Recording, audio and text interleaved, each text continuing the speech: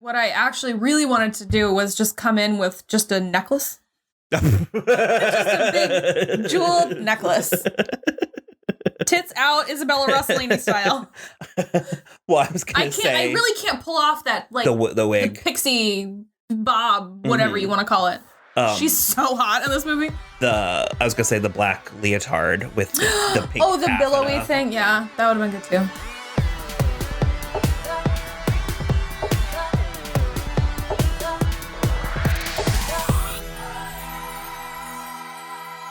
Hello, everybody. I am Will. And I'm Kristen. And this is... No, I'm kidding. I've been watching a lot of Trixie. You're like asking for Trixie Mattel to send us a cease and desist. You're like begging. I watched like 5 episodes last night. And we love you, Trixie and Katya. And this is why I'm watching this show, your twice weekly pop culture podcast, where we talk about movies, TV, music, and more. And as always, this is a spoiler show, so you have been warned. So on today's episode, I think we're going to have a conversation about the 1992 black comedy Death Becomes Her. So excited. Are you? Yeah. Before we get started, I was going to take a moment to plug our Patreon and our website and all of that stuff because we need rates and reviews and subscribes and dollars. Yeah. So the money is important, y'all. We're up to 200. We're recording this a little early. Yeah. Hopefully by Friday. 200 subscribers on YouTube. It's going well. Our episode 5 coverage of The Haunting of Bly Manor is off the chain, apparently. Off the chain. Oh my God. Also, thanks, y'all. 5,300 views as of today is like legit bonkers. I can't believe over 5,000 people have watched me talk about that episode of television. With that hair as your... with that sweater. Amazing. My hair and my sweater were amazing in that episode. So, speaking of The Haunting of Bly Manor, yeah. I am very curious now. I can't not crack up. But it's Tom Link from Buffy, right? Yeah. Uh-huh. He did The Haunting of Blythe Danner. Oh my God, amazing. Did he dress up? Amazing. Oh my God. It's just him dressed like Blythe Danner going,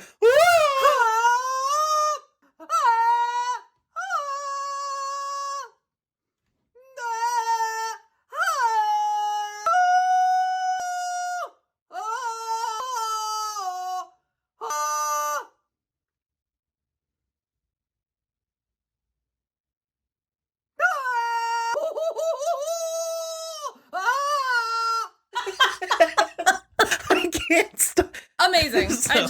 I love him so much. I've loved him, obviously, like most people have, since Buffy, where he played Andrew in season 6 and 7, and I have followed him ever since. He's incredible. So yeah, what did...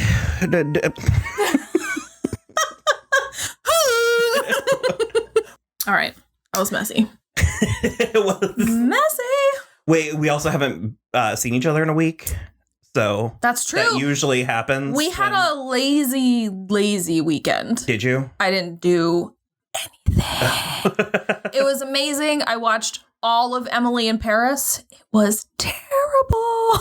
Like it's fun terrible or? Well, it's like all different. Well, I'm also going to talk about it. Actually, I can plug that now. I'm going to talk about it on Pod Clubhouse, and we'll link to that, and I'll share it on Twitter and everything. But it's like all of Darren Starr's worst impulses wrapped up together, and like no biting satire, like Grosse Pointe and Kitchen Confidential. It's just all like the dumbest Sex and the City jokes. So also, did you know French people are mean? No. Well, kind of. The stereotype. Yeah. Well, on that note, Death Becomes Her. Some people will go to any length to stay young forever. Is that someone? It's Madeline Ashton. She was a big star in the 60s. I thought she was dead. Oh, madam, you look younger every day. Thank you, Rose. But Madeline Ashton and her old friend Helen Sharp I've lost men to her before. are about to go too far. A touch of magic. Drink that potion, and you'll never grow even one day older. Bottoms up. Now a warning. Now a warning? Siempre viva! Live forever! Ernest, I'm in the morgue. They think I'm dead. You are, but you're not. Are you telling me it doesn't hurt when I do this? Doesn't hurt. She's dead! She's dead, Ernest. Now he's dead. He's dead? Ernest is dead? Everybody's dead! You pushed me down the stairs. I'm so sweaty. I don't think it's sweat, honey. I think you're defrosting. It's a lie.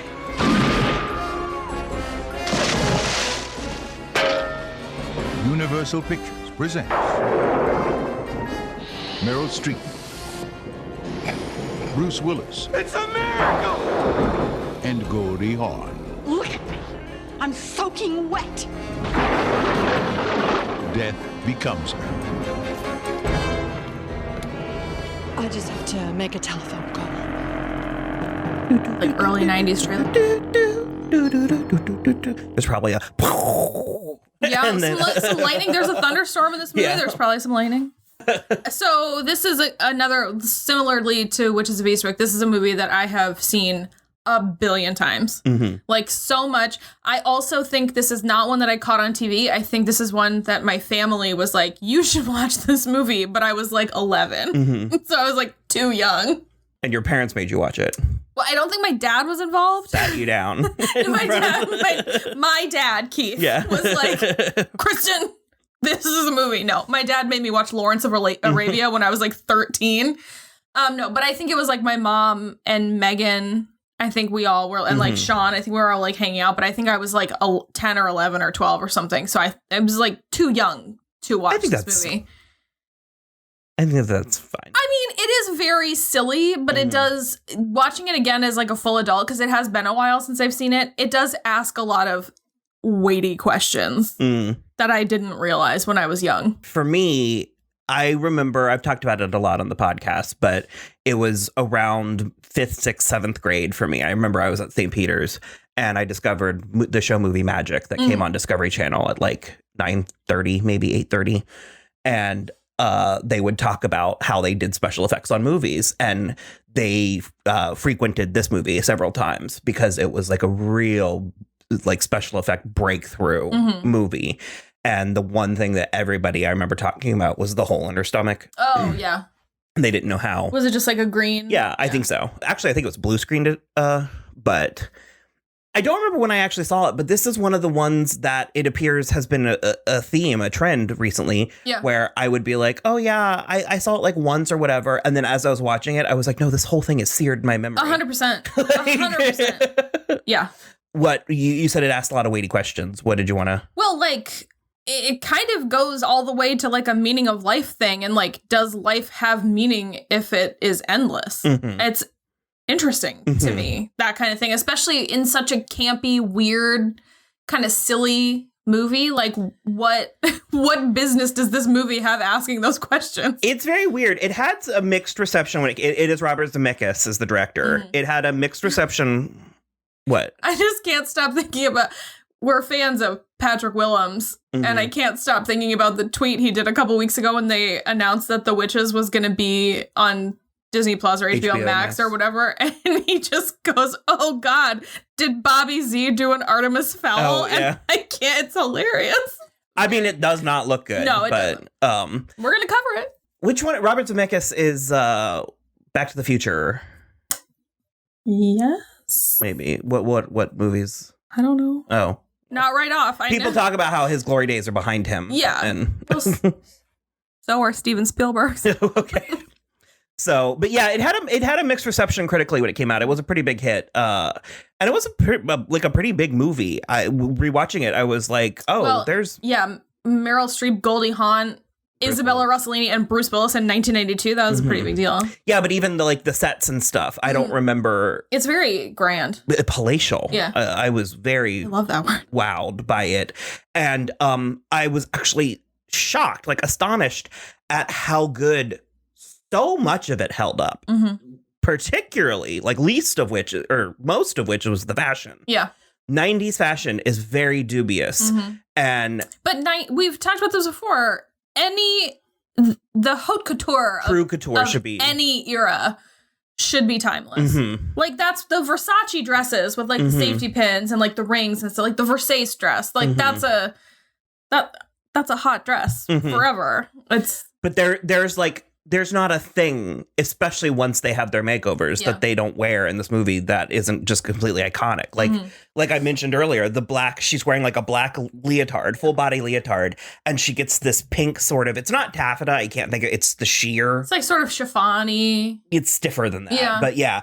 And she just like wraps herself in it, and it feels so haphazard when she's doing it. But it does sort of have sleeves. Yeah, and it's got like, it just turns into this princess, just this like... Because it also is like peplum waisted almost, It was so good, and even the ponytail, the 90s ponytail, it was so like... Well, and to that point, even the like... They're wearing like big costume jewelry, earrings and stuff, and like the lipstick, and I mean, Goldie Hawn is... something else in the year 1992. I just don't. And again, like you said, in the red dress with the like sort of, it's not even really drapey, but it's like crisscross straps in the back at her book party and stuff. Yeah, it's so good. And then the other thing that I was happy to see and report back is, frankly, I think the special effects are great. Yeah, I think you can obviously see some of the like early magic? The early CG stuff like that, but they don't. But like we don't start veering out of our lane until the mid to late 90s. Yeah. Yes. Meryl Streep's head, all of the stuff that keeps happening to her head and neck, it's done really well. The worst one is when Goldie hits her and her head goes all the way back, because that looks very like a Stretch Armstrong doll. But the rest of it is all very... It works. I think it works. Yeah. We dove right in. I guess we could explain the plot of this movie. So Meryl Streep and Goldie Hawn, Madeline and Helen are like old friends who I guess are very competitive with each other. And so at the beginning, Madeline is on Broadway with a show that is apparently being critically panned, but in my opinion, I was like, this is great. It looks great. It looks like a lot of fun. I didn't understand that. No. Okay, considering that I liked this movie, and I still do. I think it's great, and I think it's certainly iconic, and it's certainly a cult classic. It doesn't not have plot holes. It's not baffling. Yeah. There's parts of it that are sort of like, what? Because for starters, I think the time line of the movie is so odd. To start it in the 70s and then jump 7 years and then jump an additional 7 years and then jump 32 years. I feel like the amount of time that passes, the plot that we have in this movie does not earn the amount of time that passes. Like 50 full years. There's not enough plot in here to span 50 years. Because you mentioned them being frenemies, and it's like, that's the kind of thing that it's like, we don't really find out what the root of their relationship is until like the 90-minute mark. Yeah. And it is Meryl Streep's fault, it seems. Although it is kind of like but it's your fault kind of thing from Into the Woods. Where they both are like, well, if you hadn't called me trash, and it's like, well, you stole my boyfriend. But even that, it's so underwritten. It's so that it's like, I feel weird that like a theme of this month has been like, cool, witch movies or whatever that need to be remade, apparently, because it's the kind of thing where it's like a remake of this could easily be terrible. Very, very easily be god awful. Well, it would be so difficult to find two women on this same caliber in their time in this way. Like, well, I mean, but Meryl Streep and Goldie Hawn in 1992. That's like a hard energy to recreate. Superstars like that don't quite exist anymore. Also, yes. Because I was going to say, like, I mean, Gwyneth Paltrow and Nicole Kidman, or like Or, I mean, well, They're Nicole both blonde. Nicole Kidman and Reese Witherspoon and Alexander Skarsgård. All right. Just have HBO, the cast of Big Little Lies, remake all of these movies. Sure. I'll allow it. It sounds great. But no, so... oh my God, Zoe Kravitz would be Alexandra from The Witches of Eastwick. She would be Cher. It would be amazing. If you were to remake something like this, because of course something like this that has such a cult status...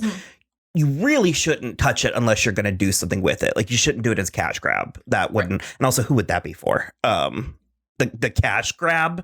Well, remake of Death Becomes Her to get all those TikTok teenagers in the the non-existent theaters. It wouldn't be like my going to it wouldn't be the cash grab, but they would grab my cash for sure. But no, I think something like this, I think this theme or this material is absolutely worth revisiting, especially if you're gonna sort of like update some of it. Like, I don't know, hire a woman somewhere in the hierarchy to sort of hire a woman to write these female characters. Well, it could also be, this is the type of thing that plays with time in a way that could just be a continuation where you couldn't have Isabella Rossellini because God love her, but she doesn't look this way anymore, unfortunately. In a way that Meryl Streep can kind of pull off if she needs to. Pull it. Okay.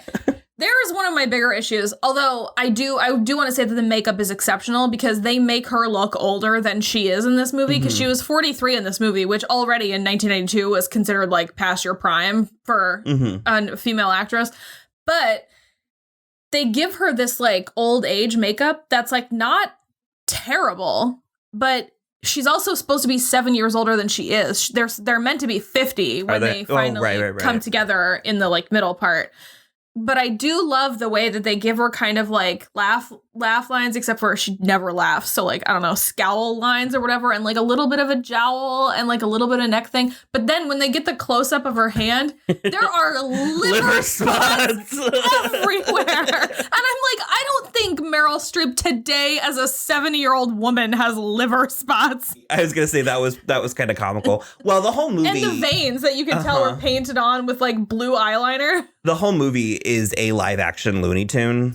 So it is a Looney Tune. It is definitely a Looney Tune. And that's kind of another thing where I feel like it gets away with talking about some of these things that are sort of unseemly, where it's like, there's no, okay. And also coming from this as someone who came of age in the 2000s, where it's like, we've got Helen Mirren and we've got, Meryl Streep and Goldie Hawn and all this stuff, where it's like, 50 is no longer a death sentence, and so 50-year-old Jennifer Lopez just did 100%. This is the Super Bowl. Yeah, well, in the Super Bowl. But it's the type of thing where I was like, these women aren't old. Like, this is horrible. This is horrible messaging. I mean, in the 90s. No, I definitely get it, but it just, and like to the point where Meryl Streep was so insecure about it, she stole her like best frenemy's fiance because he was a plastic surgeon. And then after he did work on her, she made him become an undertaker. Okay, I think that's what was lost on me because I was sort of like, he's good in the movie, Bruce Willis. Yeah. But he belongs in more live action Looney Tunes, if I'm being honest. I was having a hard time understanding the stakes, like understanding the appeal, and I wasn't considering the plastic surgeon. Plastic surgeon. I thought, sure, she wants to steal him. That I get. But I was like, what on earth did she do with him for 14 years? That does not hold any water for me. Like, that's fair. Like, none whatsoever. Okay, so I could believe that they were happy for a while, where he was like giving her free plastic surgery and she was throwing him a bone, so to speak, every now and then. But then I would imagine that she came to his like plastic surgery office like one too many times when there was like a hot young piece also getting work done. And she was like, that's it.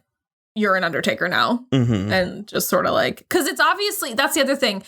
He was a plastic surgeon for a long time. We don't know when he became an undertaker, but it's clearly mostly her money that they're living off of, because that even though plastic surgeons make a lot of money, that's not a plastic surgeon's palatial home in 1992. That's an actress's, like a marquee named actress's house. I don't know. That was a little odd to me. Well, again, we both really like Bruce Willis and do think he's handsome, but like this Bruce Willis is not the Bruce Willis that you throw your life away for. No, and it was sort of confusing to me, and it makes sense in that the movie tells you it does, and it's not really worth fighting. Yeah. But, when you're trying to mine talking points out of it, there's a lot of go with the flow, like just trust the movie and go with it, because I kept wanting to see.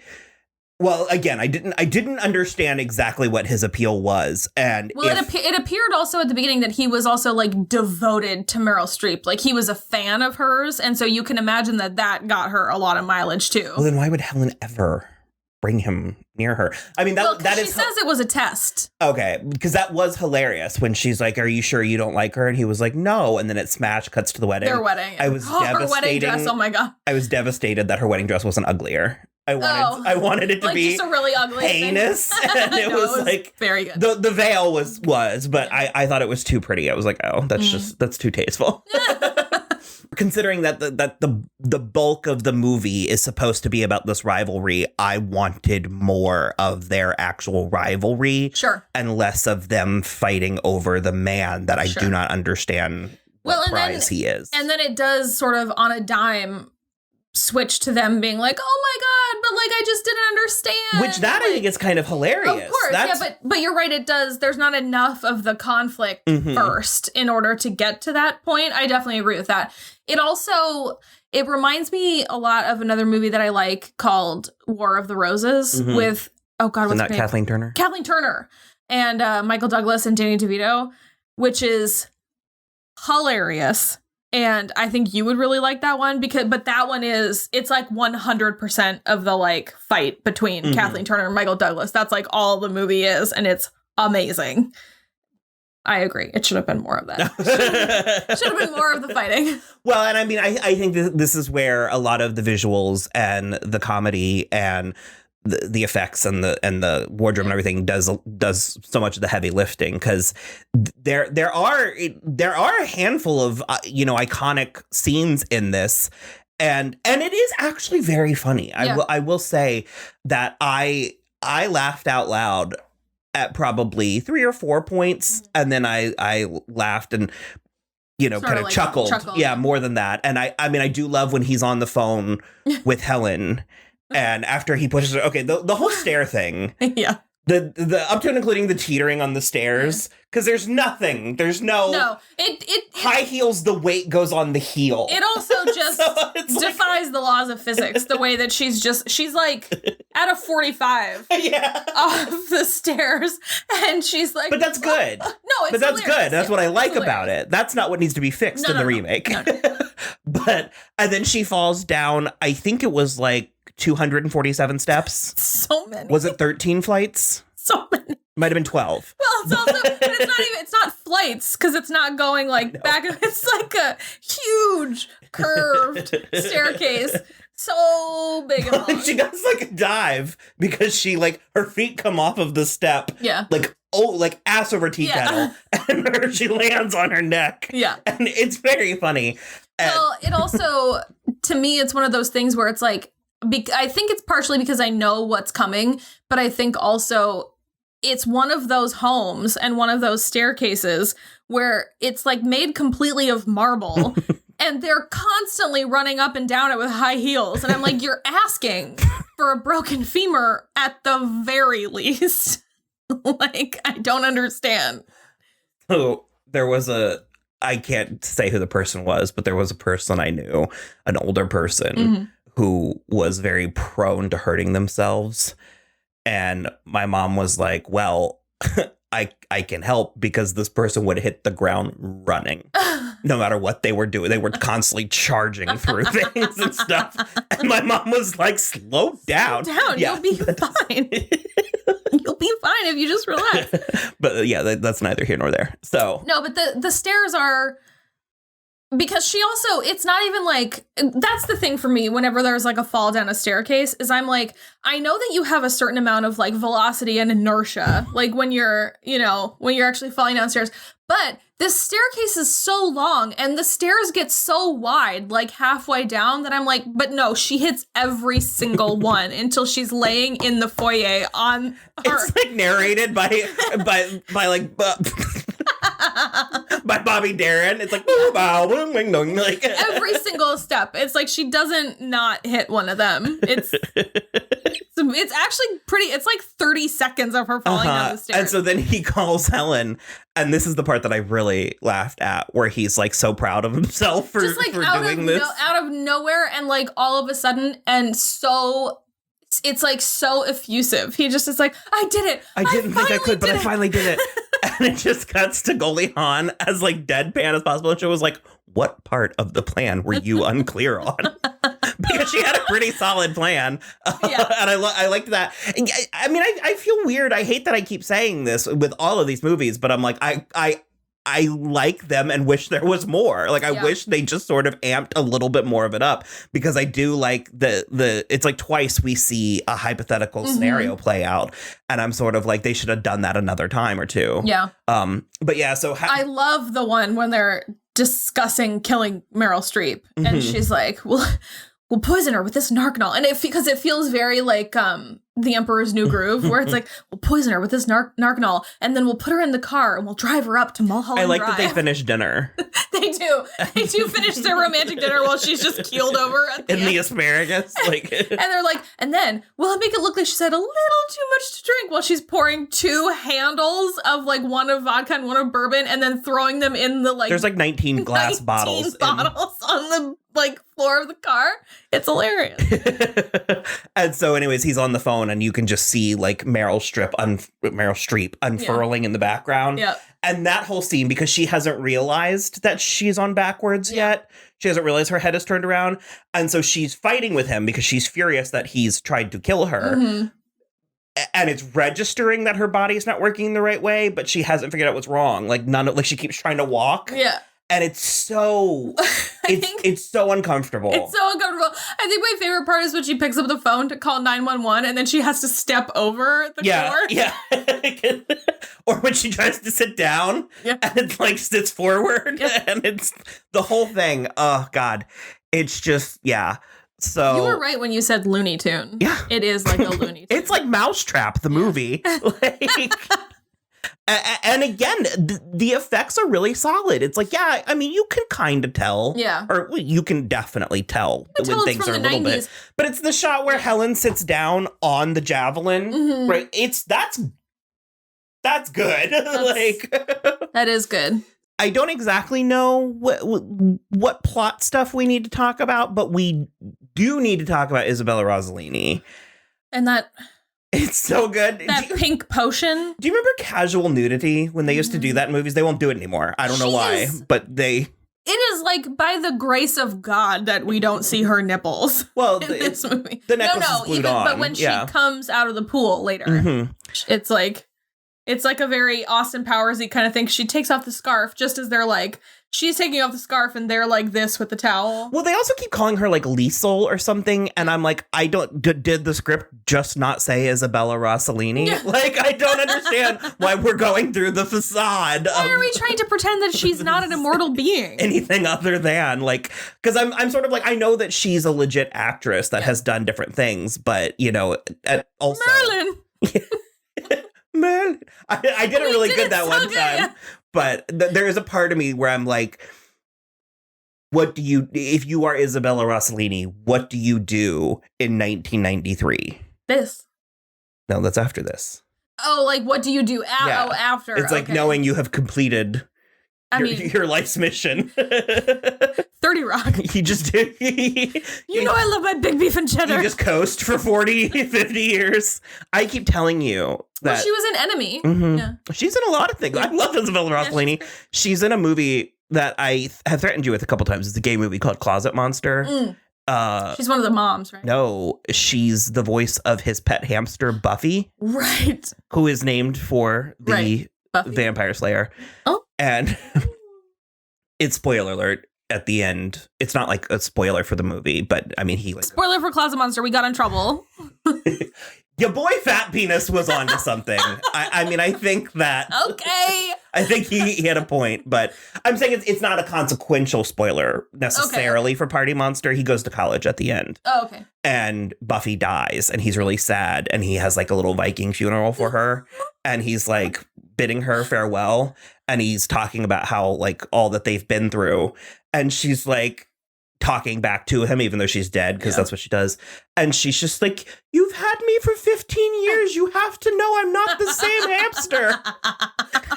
So it's like his parents just kept switching.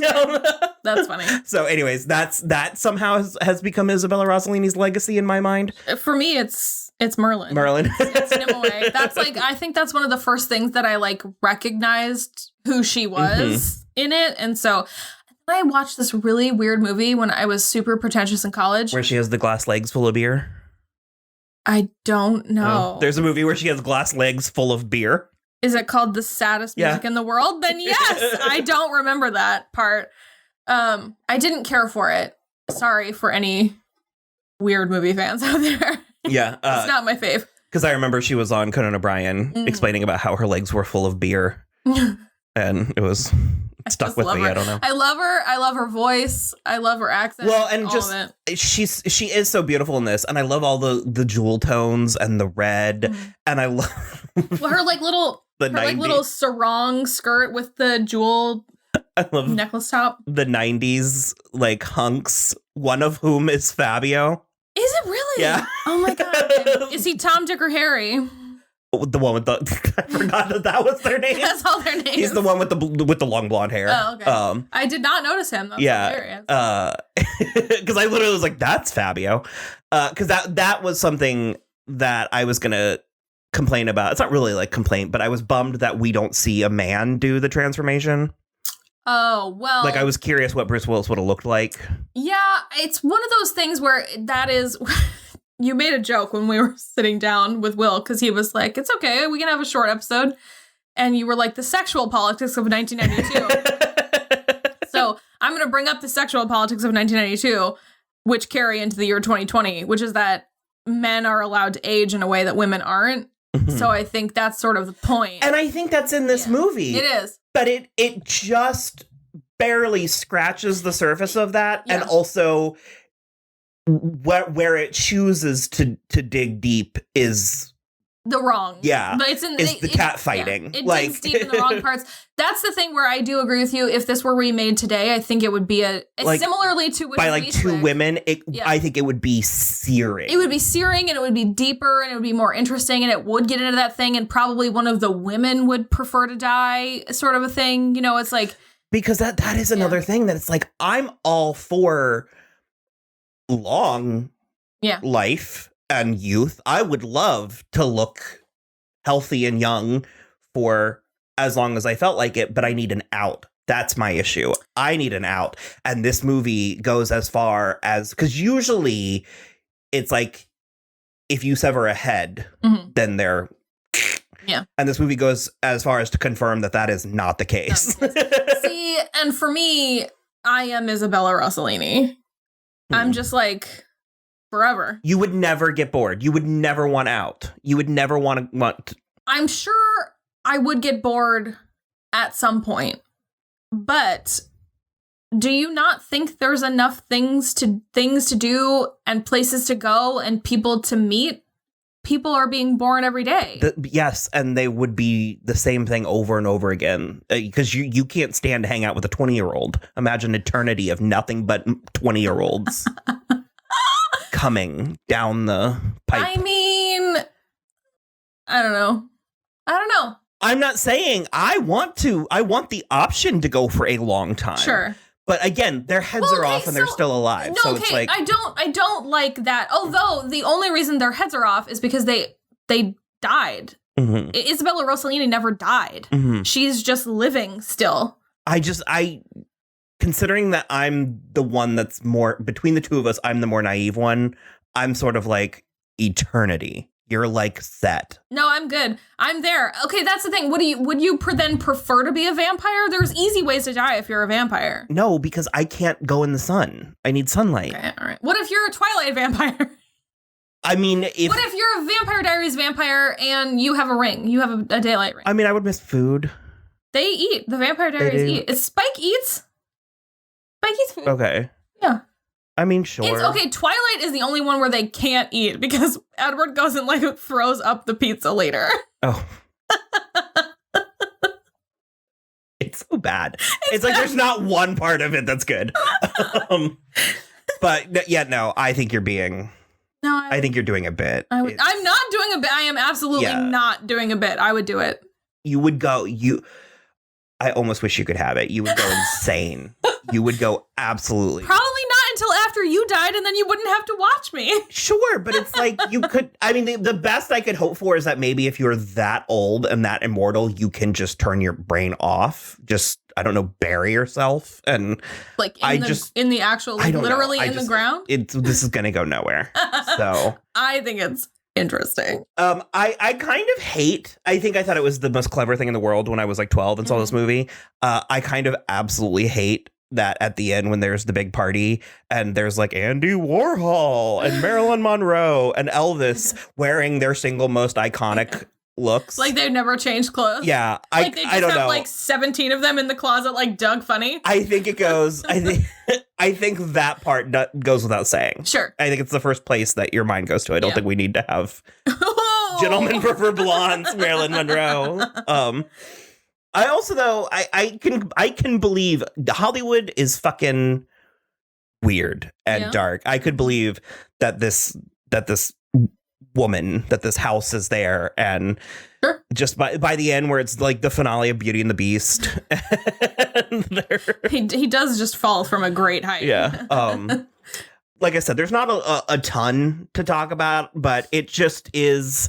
It's not a very deep movie, but it could be. It's very campy. Yeah. It's very silly. It's very, because it's especially gay. Literally in Wikipedia, it says particularly among the LGBT community. Yeah, Meryl and Goldie Hawn. Yeah. I get it. I did always like that he used spray paint. I don't know why. I just imagine them smelling weird. Yeah. I think it sounds terrible. I think every part of that sounds terrible, but it's because they and so you would died. never have an accident. Well, Isabella Rossellini made it 50 years without an accident. 70. That's not very long considering eternity. Sure. I don't know, man. I'm not saying this is my ideal way to be immortal. I'm just saying immortality sounds sweet. If you can leave the end of the... Did you not watch the good end of The Good Place? I did. I don't have a problem with like needing an out. I just want... I guess I'm kind of with you in that instance. I want the option to be immortal. Mm-hmm. I want to see more things than you're able to in a standard human lifetime. Mm-hmm. I'm fine with dying eventually. I would like it to be my choice. I would like to choose to die. I just want the magic makeover. The death part, it's like... So vain. I just do love this movie. I think despite it being kind of thin, I think it's hilarious. I think it's like really funny and honestly excellent performances from the main three people. Well, plus Isabella Rossellini. I love her cackling with the creation of Adam behind her. Yeah. And like the like 1992 of it all actually also is part of the appeal to me. Like it's part of why I like it so much because it does feel like it's from a different time, but it's definitely still modern enough to like understand. I like it has that quality that the Tim Burton movies from that time period have, where it's almost like a parallel universe type thing. Yeah. Like it's almost our reality, but not quite. Definitely. Yeah. So I did want to say too, he found it, but our friend Trevor is making Buffy art, and I hung my Buffy art right there, and we'll link out to him. He found it? No, he made it. Oh. He found it in one of our videos. And he like pointed it out and was like, "Oh my god, my art's on your wall," but I meant to say something about it. So that's from like episode 3 or 4 of season 1 of Buffy. And we'll link out to his shop because it's very fun and good. I love it. It's a messy episode. Yeah, that's fine. We're bound to have a couple every now and then. I'm half a bottle into a bottle of wine. So, your eternal youth serum? Yes. If only. If only that's all Mama's gonna live forever. All right.